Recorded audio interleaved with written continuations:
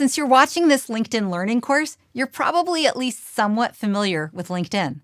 But there's so much you can do to build and leverage your sales network through your LinkedIn presence. Let's start with your profile. Is it complete? Make sure you're connected with everyone you know and trust.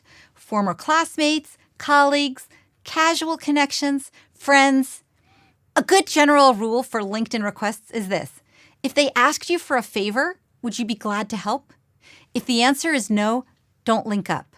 So if you're requesting other people to connect, keep that in mind.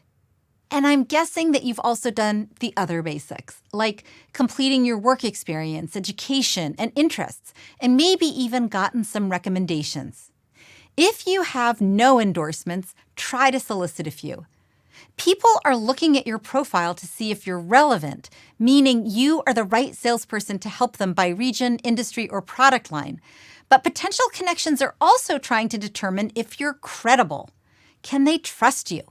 And a key way to demonstrate trustworthiness is to have third-party references. Ask happy customers, colleagues you've helped, and past and current managers for referral posts.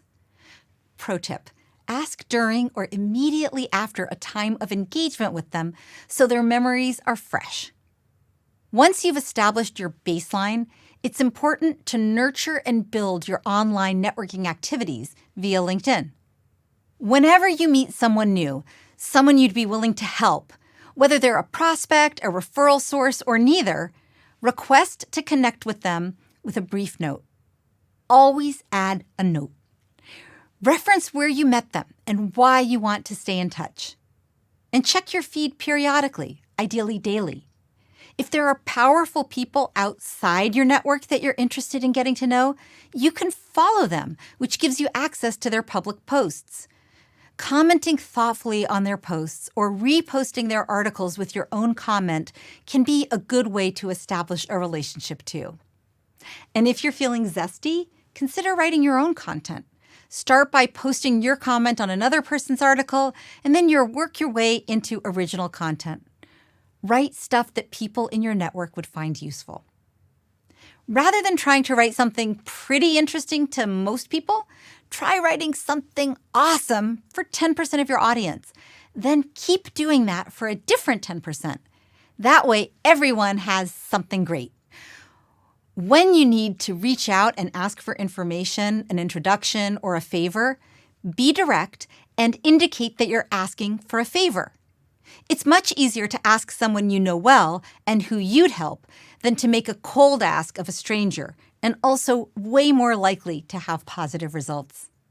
For more on how to ask for favors or referrals, I've included a template in the exercise files. Check it out if you need help getting started.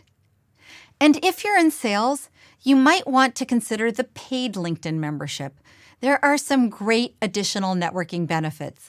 The ability to see who's looking at your profile, special messaging options, and of course, access to LinkedIn Learning. But you get plenty of benefits without paying too, so don't feel obligated. At this point, you're probably wondering how I use LinkedIn. Feel free to check out my profile.